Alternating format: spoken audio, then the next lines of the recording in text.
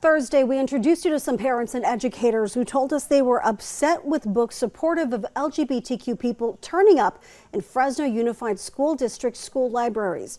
We also told you that this very issue is now heating up in some areas nationwide. Tonight, in part 2 of our Crisis in the Classroom special report, we have some answers from the school district to the concerns those parents raised and the parents' responses to them. So what it really comes down to is a lot of the parents, we don't want this given to our kids. This, Jonathan Guevara and the other parents he's referring to are talking about are books. These books, distributed to every elementary school in the Fresno Unified School District, and now made available to every student of any age.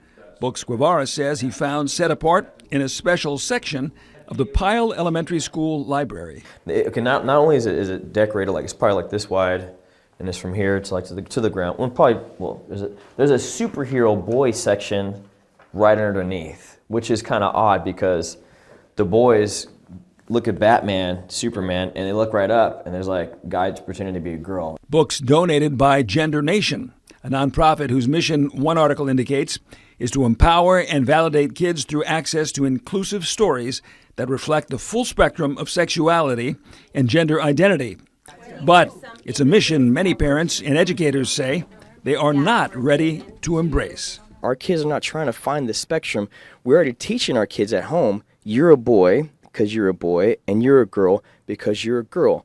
I don't need to send my kids to school and have another teacher say, hey, find your spot in the spectrum. My concern is that not only just in the library, but the discussion of gender can show up at any time, in any class, and in any grade. So this is a belief in gender theory. This is a controversial theory that even LGB people don't believe in and speak out against. So this is a promotion. It's a very small percentage of people that we're trying to cater to and then shove down the throats of everyone else. What's more, the parents say, no one seems to be willing to hear them about it. We said, we're going to email the superintendent, Bob Nelson. So we all email him. Nobody gets the responses. Nobody texts me.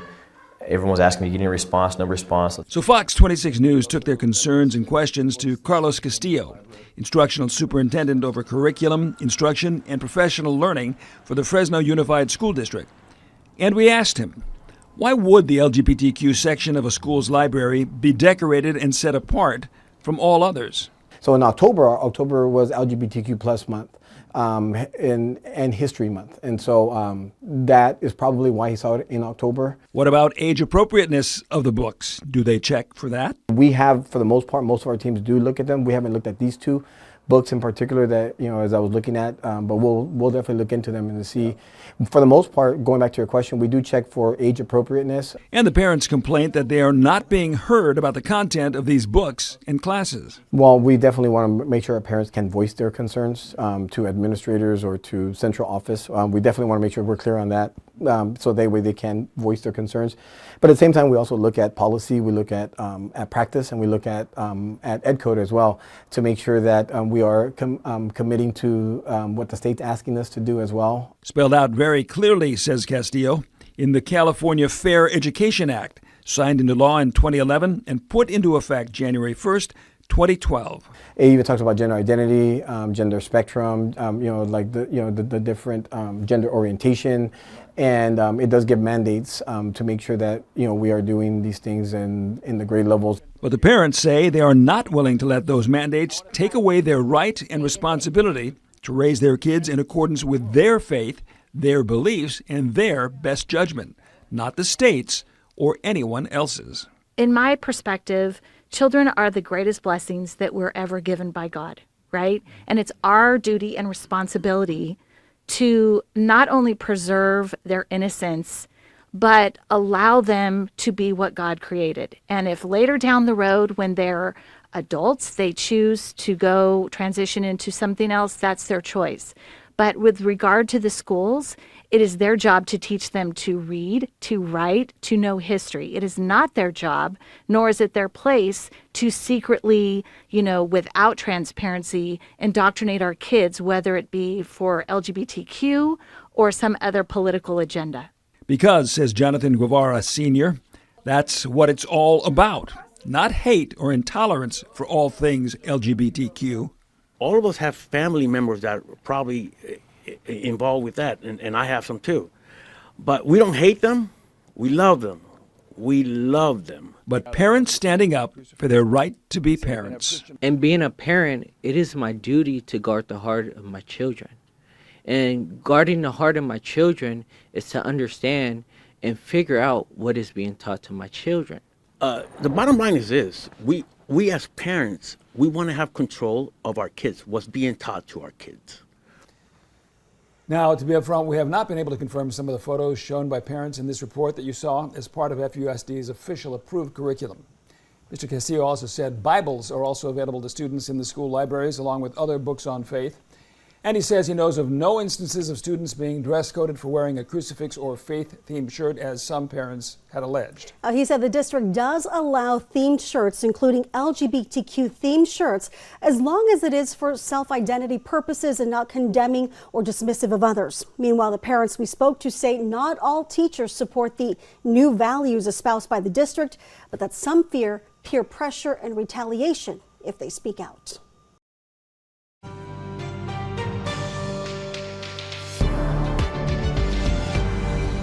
You know, there are no complaints that school is back in person, but some parents are unhappy with some pandemic-era conveniences that are now gone. Parents used to be able to phone in questions and concerns to the Visalia School Board, but not anymore. And they recently voiced those concerns at a school board meeting. I don't really see why we can't have that back in place. It was there before the pandemic. And it's not just, again, you guys, just for Joseph. I know of several people that have contacted me online that would like to be part of these meetings, but they can't. They've got childcare issues, they work, and now we've got this increased gas or increased expense. The one thing you got to think about too right now is people's abilities to even get here right now with the gas being as high as it is. So I asked Superintendent Kirk Schrum about this, and he told me that as social distancing and state executive pandemic orders went away, so too did some of these provisions. However, he says there are a lot of ways to stay in touch with the school system other than showing up at a board meeting. So all a member of the public needs to do to communicate with the entire board is send an email, and the entire board sends that email. So if you can't come in person, to a board meeting specifically, there's always that option. But I would also say, as a school system, we're working to increase our PTA membership. We're working to increase our town halls and other opportunities. So we don't want any constituent in Visalia Unified to feel like they can't communicate with our board or with our district. Another one of those opportunities is the new advisory groups that he set up. One involves elementary, middle, and high school students that he meets with regularly. We also have a teacher advisory, parent, community, and other advisories that meet every few months. So I think there are a lot of ways for people to stay connected. I do agree. I think as school systems, we have to do better at communicating those ways out to our families, and that's something we're very much focused on. Now, Superintendent Schrum says that parents are key partners in education and reminds parents that every school board member is also accessible, as you heard, through email, all of which are listed on the school board website. You know, that open communication is key. We've posted a poll on our website, KMPH.com, to hear from you. As a parent, what's the easiest way to connect with your kids' teachers?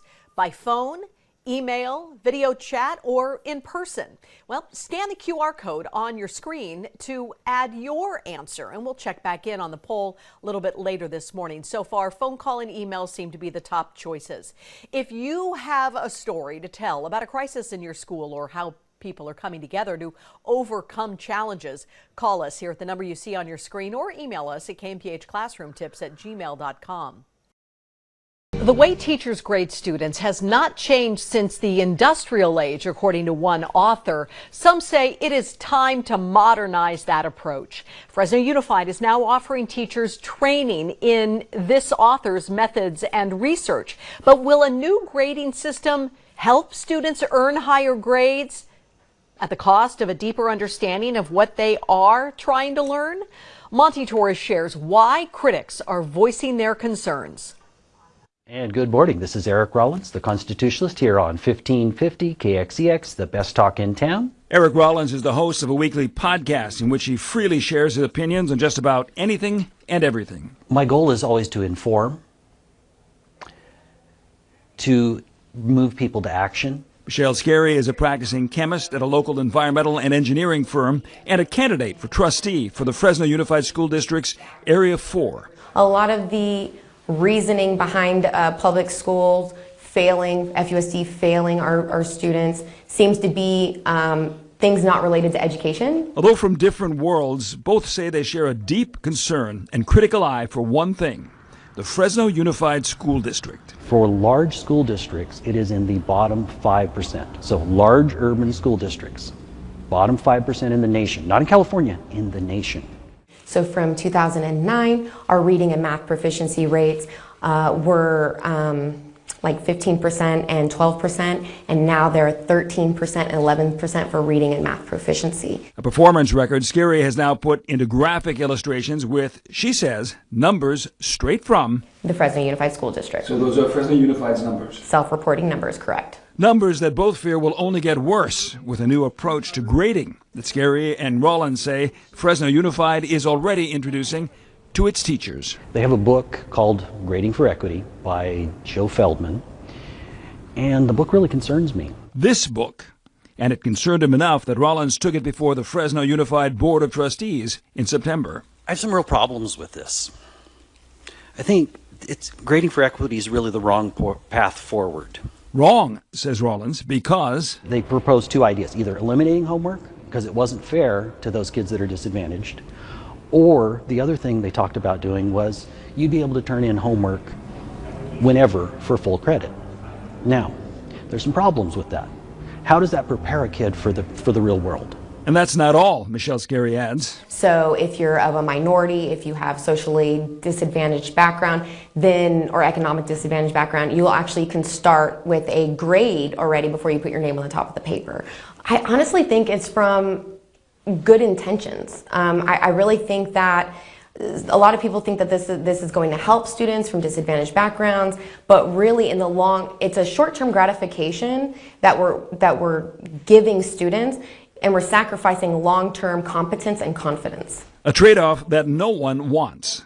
But is it true?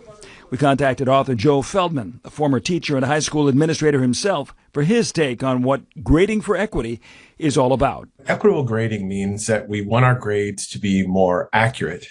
Traditional grading practices, one of the things that happens is that we average performance over time. So if a student has to do 5 essays over the course of a unit, and they do badly in the first ones, and then do better later, and then do well at the end, what that does, traditionally what we do is we average that performance over time. So maybe if a student did like D level work and then C level work and then A level work, we average that and give them a C or a C plus. They're actually at an A level. It just took them a number of times to get there. Feldman says Grading for Equity can also help limit race, socioeconomic, and gender-based bias. We know that girls oftentimes are more adherent to a lot of classroom compliance ideas.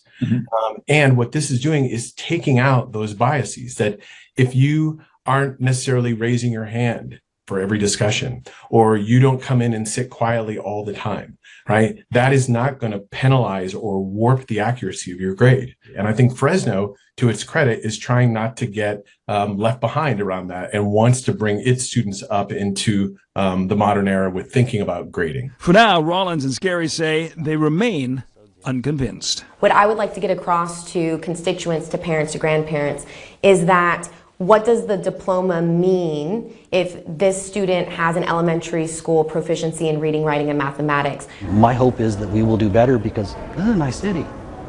These are good people. They deserve to have a good education for their kids. Says the strategies in his book are being implemented in hundreds of school districts across the country. He also says it's boosting student performance and motivation and lowering stress.